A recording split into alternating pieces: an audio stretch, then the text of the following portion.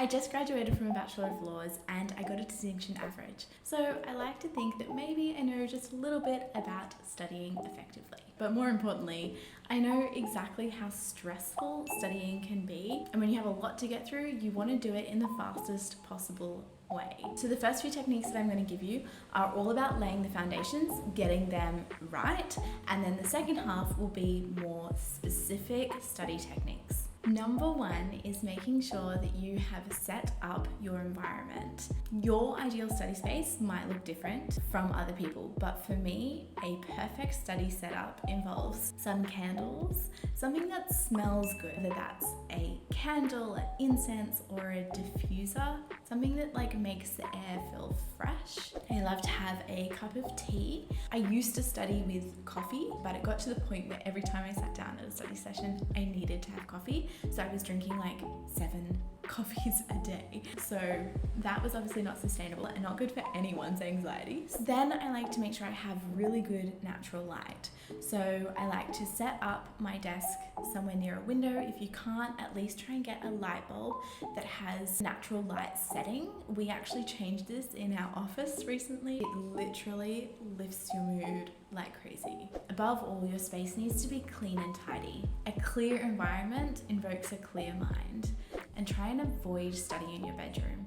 I know that that's not possible for everyone, but if you do have to study in your bedroom, don't study on your bed. You need to reserve that. That needs to be a sacred space for your sleep, because sleep is essential. If you do need to study in your room, keep it at the desk and don't do anything else at that desk. Reserve it solely for study. I personally like to have some sort of noise, whether that's white noise, or I've really been enjoying Audrey Storm lately on YouTube. She has some really good lo-fi study beats, but I know some people prefer it to be dead quiet. So you need to understand what environment you work best in and set that up. That is priority number one, I would say.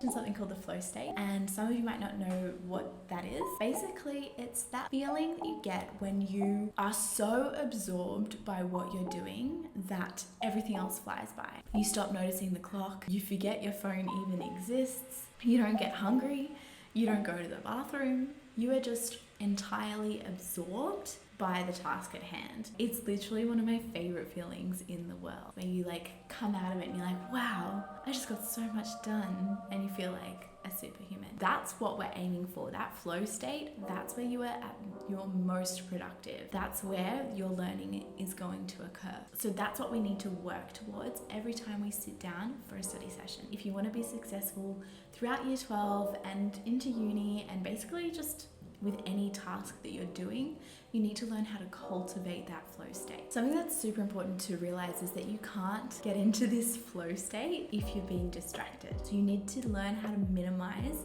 your distractions. Did you know that any distraction, even if it's only 20 seconds, takes 23 minutes and 15 seconds to come back from? You get distracted by one thing. It's a notification on your phone, someone comes in and talks to you. Literally any distraction, it takes you 23 minutes and 15 seconds to get back into the flow of your work. So if you have 3 distractions, that's a whole hour that you've wasted. So let's talk about how you can minimize distractions. 1, if you're studying in your family home, let your family know that you're about to enter into a proper study session. Go out and say, look, I need to get this done. I'm going in, no distractions. I need to focus for the next hour.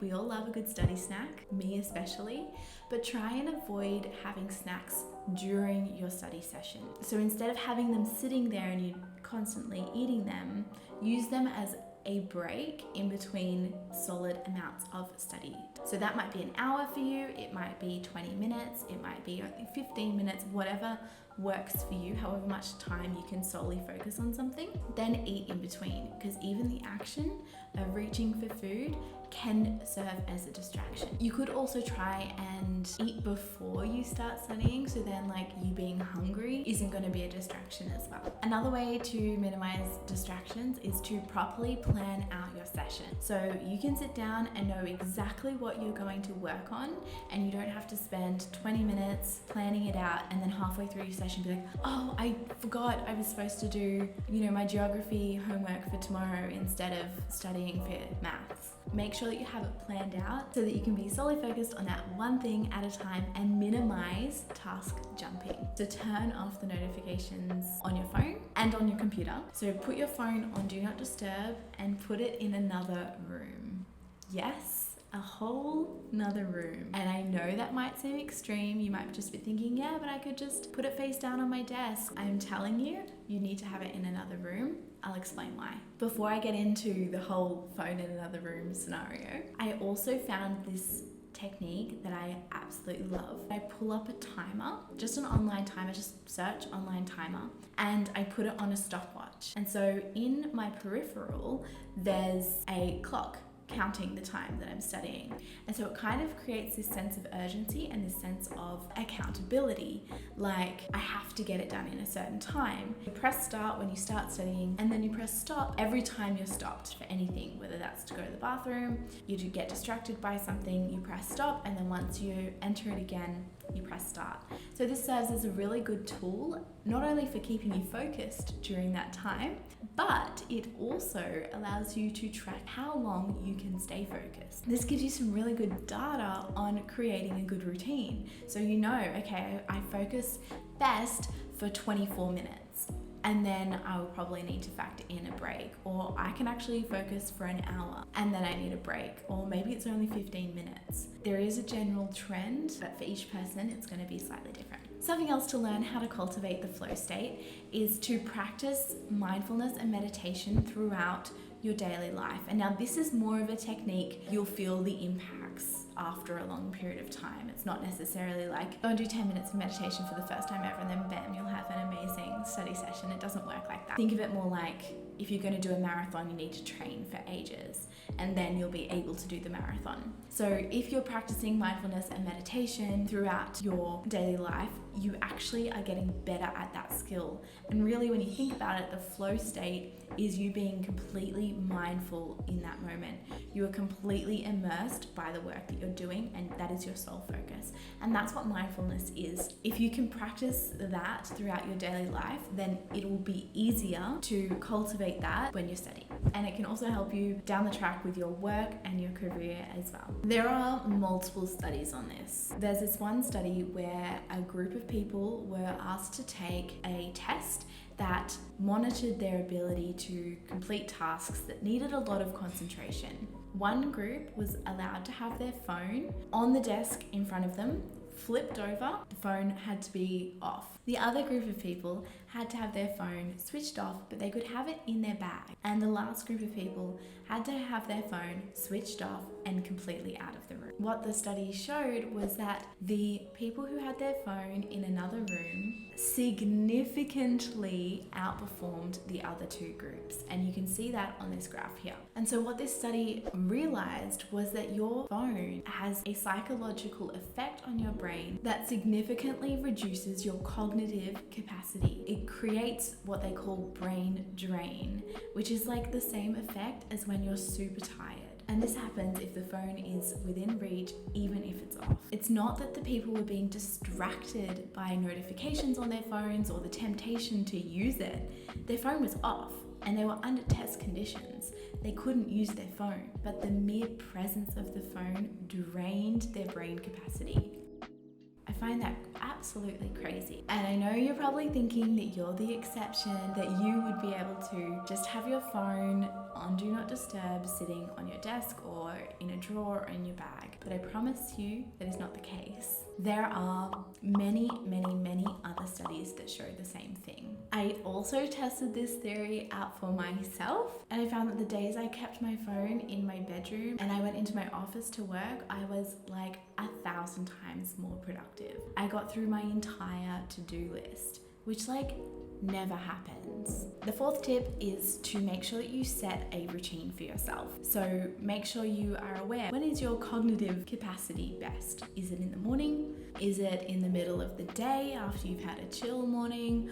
Or is it in the evening once it gets dark? Me personally, I'm not a morning person. I'm not going to schedule my study time to start at 6 or 7 a.m. It's not going to happen. But also, after lunch, I am in a food coma.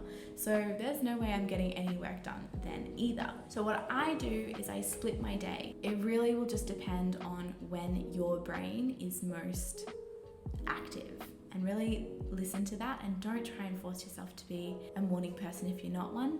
But on the flip side, don't leave all your study to the evening if you know that you're out once it gets dark or by 8 o'clock. Another thing to do with your routine is like literally schedule it out. Remove any choice that you have the next day, because like if you wake up and it's a Saturday and it's a beautiful sunny day, it's the first sunny day we've had in ages, and you're like, oh my gosh, it's so nice and warm, all I want to do is hang out by the pool or go to the beach, what's the likelihood of you studying? Not very high.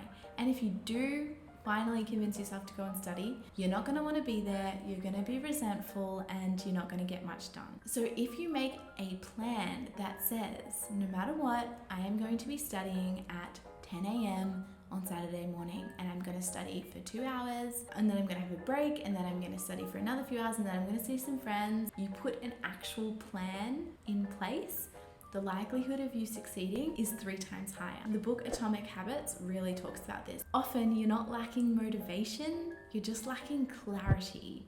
And once you get that clarity and you make a proper plan, you're gonna succeed so much more. The next one is make sure you're incorporating movement into your daily life. Movement gets the blood going, and it really stimulates your endorphins, which then allows you to cultivate that flow state even more. Whether it's a walk or a run or some yoga, like a 10-minute stretch before your study session starts. It doesn't have to be massive, it doesn't have to be weightlifting at the gym, just some sort of movement will be enough. And the other thing to note is that if you're starting to feel irritable in your study session, if you're getting a headache, or if your back or your muscles are starting to get sore, that's generally an indication that you need to move your body. So stand up from your desk, walk around your garden, do a quick 5-minute stretch. It doesn't have to be much, just make sure you're getting that movement in, because that will help you keep going with your study session rather than kind of like banging your head against the wall because you feel so exhausted. Another one that I really like to do is study with me, group study sessions. You could do this over Zoom, which is great. If you want to minimize distractions even more and you just really need to do some solo study, but you feel like you study better with other people, something that can be really motivating and really keep you accountable is to put up one of those study with me YouTube vlogs, and where it's just literally someone not talking, maybe it's just music, or you could mute it, they're just sitting there studying, and that is like actually insanely motivating. Another thing that you could do is to go to a cafe and set up and study there. I find that super motivating because there's nothing else that I can do. I'm literally there to study, and there's people around me and they could be looking at me, and I feel like that's a little bit of accountability. Okay, into the more meaty stuff, which is like actually how to study for year 12. Like I said, if you're anything like me, you're looking for the most efficient ways to get through your content, or you've potentially left it to the last minute. So, you know, writing out tons of notes is not really an option for you. To be honest, in year 12, with all of your assignments and extracurriculars and everything going on, you often have like not enough time to write out pages and pages and pages of notes anyway. I know a lot of people recommend that, but it can be more efficient to spend your time on the things I'm going to talk about now. The first one is make sure you're using your syllabus correctly. So every single dot point on the syllabus, turn that into a question. Our brain learns better when we are learning the questions and how to answer the questions ourselves instead of learning the answers. I know it can seem tempting and it can seem like a lot easier if you just think, oh, I can just memorize all the answers. Your brain doesn't retain information as well as you think it does, and it's better to teach it how to use the information it already has and convert that into an answer. Even though it's daunting and a little bit scary for our perfectionist sides, it's way better to do like an active recall technique where you're creating a question from the syllabus and then answering it rather than just writing notes from a textbook or from your class notes. One of the best things that you can do from the syllabus is to practice essays. So turn each main syllabus point into an essay. Now the key here with your essays is to make sure that you're not just doing an outline. You're not just doing a skeleton where you have like the main body paragraphs and you have the dot points underneath them. Because what you want to do is you want to eliminate any extra work that your brain has to do in the exam, because you're going to be stressed and flustered. Note how you would write the intro. An intro can be like a make or break for an essay. Think about it. The essay markers are reading thousands of essays and they just need to like see that you're hitting the right points. It also needs to be written super clearly, and the intro is where they're going to be looking first. And so you want to get their attention, you want to win them over with that intro. So intros are actually important to practice. So in your intro, you need to make sure you have your like topic sentence, and then you need to signpost what you're going to talk about, what order you're going to talk about, and make sure that you have answered the question. Answering the question in the intro, make or break. You really need to make sure you're answering the question like specifically. Then you have your paragraphs, and you have like your topic sentence, and then your main point and your sub points and your examples, and then you have your linking sentence to the next topic. Your linking sentence is key because that will serve as a trigger for you when you're in the exam and you've got the question, you're like, I've practiced this, what are my points? Make sure I don't forget anything. Your linking sentences will like trigger, oh yes, that's what I next need to talk about. You kind of want everything in the exam to be on autopilot. You don't want to be exhausted from the rest of your essay and then like not really know how to write a conclusion. That can cause stress, and then like when you go into the next question, you feel like flustered. So it's kind of all about managing your brain within the exam context. Another good thing to be doing as you're going through and writing your essay is practicing active recall. As you're writing out your body paragraphs,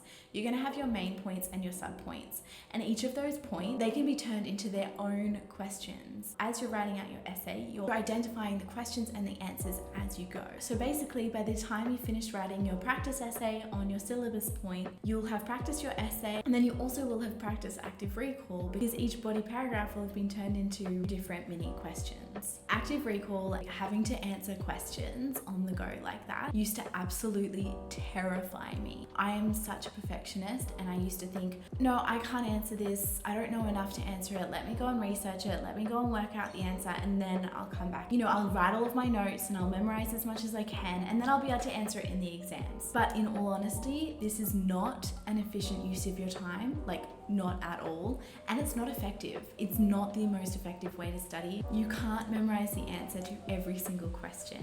You can't memorize all of the facts. So what you can do, and what you should be doing with your study time, is learning how to turn what you already know into answers. So push through that initial pain of feeling like you don't know everything, and then improving your answers as you go. Active recall is one of the most scientifically proven methods of study, and I know it can be daunting, especially if you're a perfectionist like me, but it's definitely worth it, so definitely give it a go. Make sure you're balancing your subjects evenly. So don't just always do the subject that you're really good at. If your favorite subject is history or geography, don't always fall back on that. That is a form of procrastination in and of itself. If you're taking maths or anything that involves equations, please, please, please do a little bit every single day. Don't allocate a single day for maths and then neglect it for the rest of the week. Do maths every single day, because that is something that requires consistent refreshing and habit building there. More than any other subject, like other subjects put the same amount of time in, but you could block it. Saturdays is geography, Sundays is English. You know, other subjects are just as important. Make sure you're focusing on them. But maths specifically, you need to do a little bit every day. Even if it's just 20 minutes, or even if it's just one question, do it every day. The next one is absolutely crucial, and I would say practice papers is definitely the way to go. The thing that a lot of students forget is sending your practice papers, your practice essays, all of your practice questions to your teachers. Get them to mark it for you. Send them as many practice papers and as many practice essays as you can, so that you can get like accurate feedback. Use your teachers. that's what they're there for. I actually accurately predicted the exact essay questions that were going to be in my modern history exam paper because I had done like every past paper. And so I noticed a pattern, and I literally the weekend before the exam was like, this is what's going to be in the modern history paper. And then got there and sure enough it was. Practice papers are amazing, and if you can try and practice them timed, that's even better.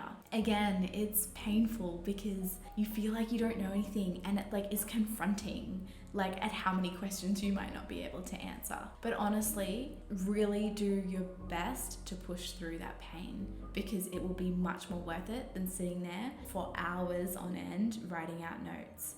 Because like all you'll end up doing is like copying from the textbook, and that's not really helping anyone. Push through that pain and that panic of feeling like you don't know anything. Answer it as if you were actually in the exam. Like, what would you do?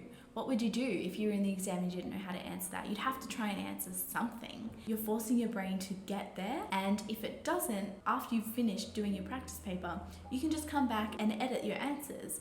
And that act is also helping you learn. If you're in year 12 and you are considering uni and you think that you're not going to get the right ATAR, you're not sure how to get in, this is what we do. We help people find their way into their dream degree, their dream career. So definitely send us a message. Let us know how we can help you in the comments, and we will do our best to help. Good luck with all of your study. Turn off YouTube and get to it.